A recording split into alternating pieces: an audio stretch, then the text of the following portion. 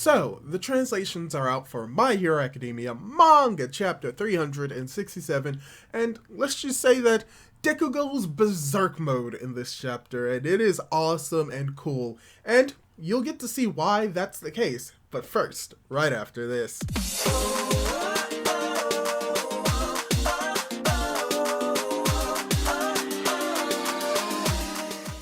Hey guys, how's it going? It is your boy, Manga Man Drew, and I'm here to do my manga review for My Hero Academia Manga Chapter 367, titled Deku versus All For One. And yeah, we are actually seeing the fight between Deku and All For One, or should I say Shigaraki, in this chapter. And from what we've gotten in this chapter, there isn't a whole lot to really discuss for this chapter for now, but there are some interesting things about this chapter that I'd like to go into a little bit more detail. But overall, I think that this was a very solid chapter for My Hero Academia, so let's go into the actual chapter and see why that may be the case.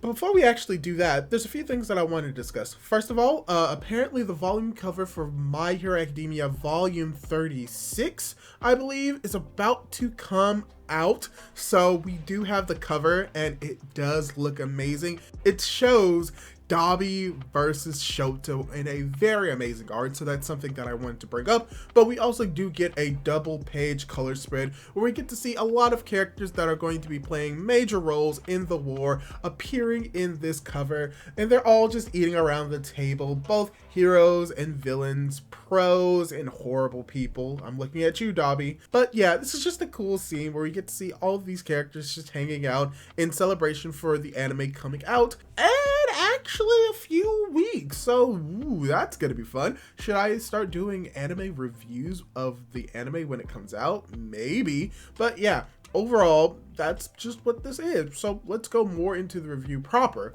where we're pretty much starting off with the chapter getting to see a sort of flashback for what happened when Deku was in the middle of the ocean. So yes, the objects that were flying at Deku were actually the fighter jets that came from America that pretty much came to pick him up. And from what we get with this main leader of the group, he's saying that the reasoning why he's there is because they were supposed to be looking over UA, but they realized that Deku wasn't there, so they came to pick him up. And that when they are questioned by Deku for like saying sorry and why that they are still here, the dude pretty much explains that they were given orders to return back to America, but because they trusted their quote-unquote little sister, aka Kathy Bates, aka Star and Stripe, and how she pretty much entrusted the world to the next generation, that they are here to support Deku because he has the quirk that was given to him by All Might, and that he's going to be the one to take on Shigaraki. So they're pretty much putting all of their trust in him, which is why they are here to save the day.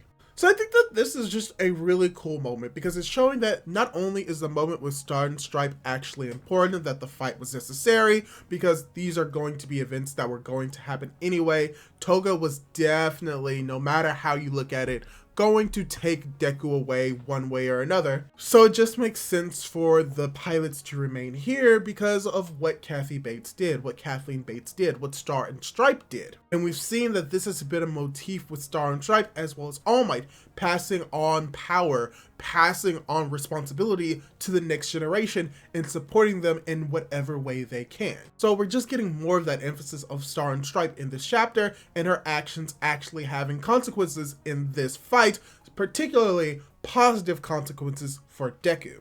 So as this is all happening, going back to the present, Deku lands another smash on Shigaraki as Shigaraki begins to realize, oh, he's stronger than he was before. Oh, is that the power of the third user? So yeah, we do get the memories of All For One having Shigaraki remember the third user's quirk, and most likely this is going to be something that's going to be playing a major role in why Deku is significantly stronger than he was in the previous fight against these individuals. And as this is happening, we see Shigaraki being sent into the barrier, electrocuted, as we have everyone announcing that Deku is here, and Deku is looking around, is like, hey guys, I'm so sorry that I'm late, but I'm here to save the day. Oh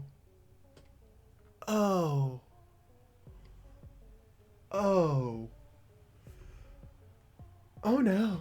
Yeah, Deku pretty much looks around the battlefield, sees that Bakugo is quote unquote dead, best Genist is barely standing, and then Tamaki, Nejire, and Mirako are just unconscious on the floor bleeding. And what makes this worse is that Shigaraki is just taunting Deku by saying, oh, you've arrived late. I guess Toga kept you busy. Oh, are you going to make up an excuse? Like, oh, things could have gone my way better, or the plan went south.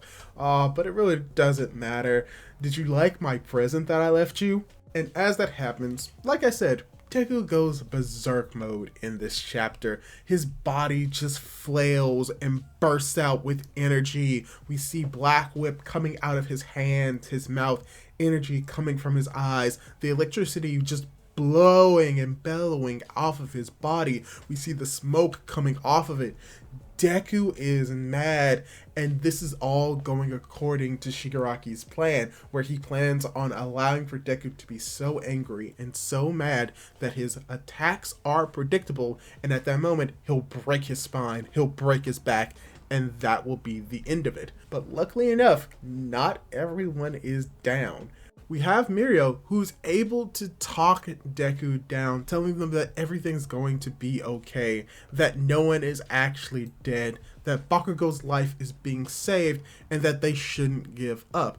And as he's saying this, Shigaraki is saying like, oh, why are you saying this platitudes? Why are you trying to do this? That's called escapism. You can't just make such idyllic claims as you just have Mirio saying, we're heroes. That's kind of what we do. We turn ideals into reality. And as he says this, Deku just remembers All Might, his words about what it means to be a hero and putting your life on the line for your ideals, which is what a hero is. He remembers the words of the pilots and that they're making a gamble on him. And he even remembers Banjo's words about how anger is good, but the vital thing is that he needs to control his emotions. He needs to control his heart. And with that, his rage subsides for the moment. The Black Whip and the smoke dissipates, and it gets condensed right into his body as he apologizes to Lumillion for everything that has been done. He looks over at All For One. He looks over and asks, is Shigaraki in there? Most likely referring to Tomura, as we get to see the vestiges of the previous One For All users behind him in the smoke as he's preparing to fight against this individual. End of chapter. And there is no break next week, so this is going to be continued next week, and I'm so excited for this. So, what did I think of this chapter? Overall, I thought this was a really good, really great, really solid chapter. I really enjoyed everything that went on in this chapter. Going from Deku going berserk, the taunting from Shigaraki, the callbacks to the what makes Deku or what makes heroes heroes from All Might. Getting to see the pilots playing a role in this chapter were all great, and it's all combined in a very cool action scene and a very cool dramatic moment. Seeing Deku see all of his friends, all of his peers on the ground, assumingly dead or heavily injured, and that he feels responsible for it, it all plays within Deku's character, and so does him literally going berserk mode. But this also kind of plays into his sort of like development or his growth that we've seen in the series. We've seen from the solo hero arc that he cannot blame himself for everything. He cannot put all of the burden upon himself, and that what is very important for Deku to prevent himself from going down this path is relying on his friends, because he physically and emotionally cannot do it on his own. That is just not within Deku's character and his personality to be able to do it, which is why he needs to rely on other individuals to help compensate for this major flaw with Deku. That's why Mirio is the one that is able to talk him down, and that it leads to an understanding of Deku's growth from where he was in the past to where he is now, where he's still angry, he's still mad, he's still upset, but now he's able to control it a little bit more thanks to the growth that he's had throughout the story. People may say that this was very quick, but I feel as if the reason why it's quote-unquote quick is because of what we've seen in the past, and that Deku isn't doing the same mistakes that he was in the past. It doesn't matter if it takes a long time, a short time. If he's learned from his mistakes from the past, then he should be able to do this in this moment, and we see that he can. Also, you know, he just looks very cool in this moment, especially with Black Whip being wrapped around his mouth and his face. Awesome. Great. I want to see more of this. So yeah, I think the next chapters we are going to be focusing on the fight between Deku and Shigaraki, which is fortunately... So yeah, I think with the next few chapters, we are going to be focusing on the fight between Shigaraki and Deku, which is cool, but I would have loved to see a lot more of the other characters, get to see literally areas that we haven't seen in literal months, like what's going on with Shoji, what's going on with Sero, what's going on with their group, especially what's going on with Toga. I want to see what's going on with the other groups that we haven't seen, Aoyama for example.